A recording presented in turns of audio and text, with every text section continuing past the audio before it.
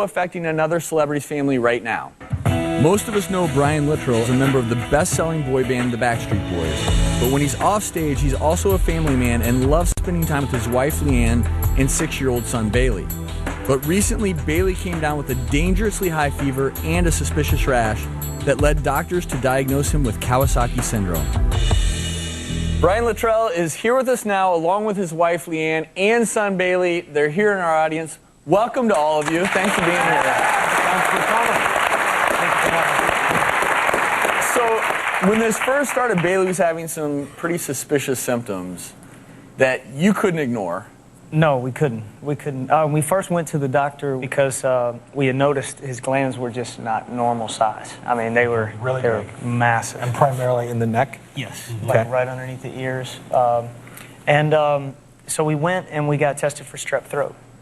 And it came back immediately as strep. And so, you know, we're not the parents to quickly medicate or over-medicate. I know you guys were talking about that earlier. But and Bailey is a healthy little boy. He's never been on antibiotics, and he's already 6 years old. So we were fortunate and blessed with that. But the strep turned into, we did go on amoxicillin at that point.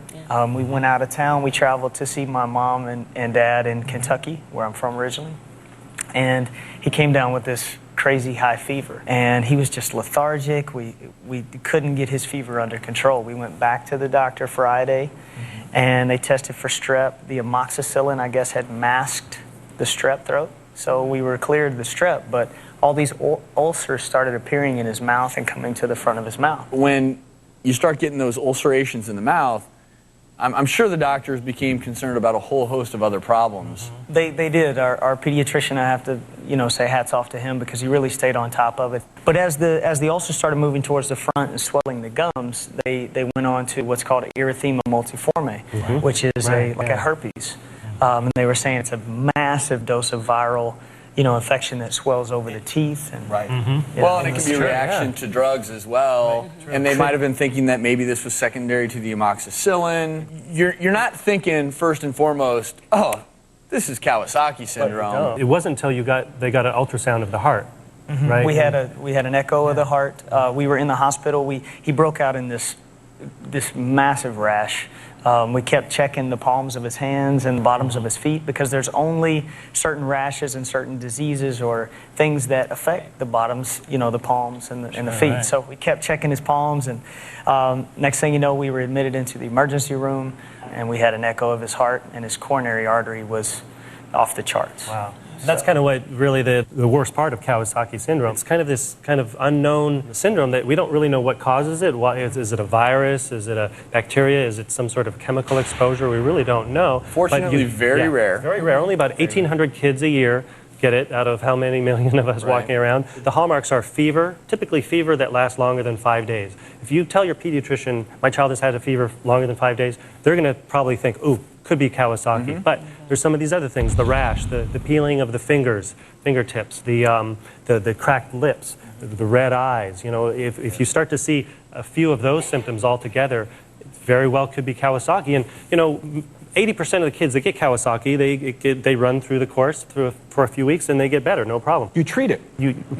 Even untreated, though. Really? But 20% of the kids, it will affect their heart. And that's what happened to Bailey. It will cause aneurysms and swelling of the coronary arteries. And those are the arteries that kind of feed the heart. These are the ones in the older people that get the heart attacks. But, on the ultrasound, you can actually see little swellings of the coronary arteries. There's your heart. You can see it's beating along. You see the coronary arteries there. Suddenly they start swelling, and that can lead to heart attacks in small kids and heart enlargement too. And that's what can cause a long-lasting problem. If somebody has an enlarged heart, it can kind of lead to problems later in life. But the good news is if you get the child through the acute phase and there aren't any long-term damages to the arteries supplying the heart, kids do great. Oh, yeah. Bailey's here today. He's been doing pretty good, right? He's been doing great.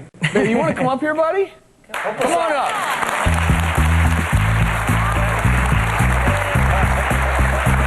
You want to take my chair? All right, so we're going to hang out here a little bit together, all right? So, how you feeling? Good. Yeah, and you were joking around with us before the show, and what did you tell me? You love being on TV shows, don't you? Yes, I do. What do you want to tell us about Kawasaki's? Well, I felt when I was like this, I was just like, this is the worstest day of my whole entire life. That pretty well, that sums it up pretty good. It does sum it up. You know, Mommy and Daddy promised you that we would be there every step of the way. And the doctors, they worked diligently to fix you. And we're blessed to have you back normal. And he just graduated to his orange belt in karate. There we go. High five. So Jim, typically, if you've had it once, it doesn't mean that it's going to come back. Yeah, he's not going to get this again, and that's a good thing because it's no fun to go through. They told us like he was a little more susceptible like the first 30 days, and we're outside of I think that 30 days now. But is that true? It's kind of an inflammatory reaction inside his body, and they quelled that with the medications. So now it's been at least a month out now, I think, and he's kind of out of the woods and he's improving. His heart vessels are shrinking, I believe, right? Yes, they are. So he's going to be a happy, healthy kid, right? Right. Yeah, Just to sort of finalize this discussion, Jim, seizures are not associated with Kawasaki's, typically. No. That you would not, I don't think there's Talking about Jet Travolta, right. His Kawasaki that happened 14 years ago has nothing to do with his seizures now. I know that it was mentioned that people speculate that you're affecting the immune system somehow, and I know John Travolta said that being overly clean and using too many products to clean around his son's environment, he thinks may have affected his immune system. What do you think of that? Germs actually help the immune system. And we've talked kind of about this on the show. It's like getting exercise to the immune system. Is that affecting us so we can't ward off infections normally? Well, I think Kawasaki is just a great example of all of these illnesses and diseases that we deal with. We don't yet know, based on science, why all of these things happen. Right. From a parent standpoint, I mean, they call Kawasaki's the great mimicker because it mimics a lot of other things. And you do have to stay on top of it. You have to follow, and you have to know what the next step is. What's dangerous, Brian, is it mimics a lot of very basic general pediatric problems. They're usually on fever. Strep throat, little virus in the mouth. A lot of kids get those, and it's no big deal. But when it goes when it goes beyond that, and it's Kawasaki, it is a big deal. Yes. So for all parents, be an advocate for your child because you've got to know what the next step is. And Brian, you have a Heart Healthy Club, which emphasizes heart healthy health for families. And I want to thank you and Leanne for coming on. And Bailey, thanks for being here. You want to do me a favor? All right, so I want you to do me a favor and look at that camera and say, "Don't touch that dial, we'll be right back." Don't touch that dial, we'll be right back. If you want more information on Kawasaki syndrome or Brian's Foundation, go to our website at thedoctorstv.com. Coming up, could you be at risk for losing your sight and not even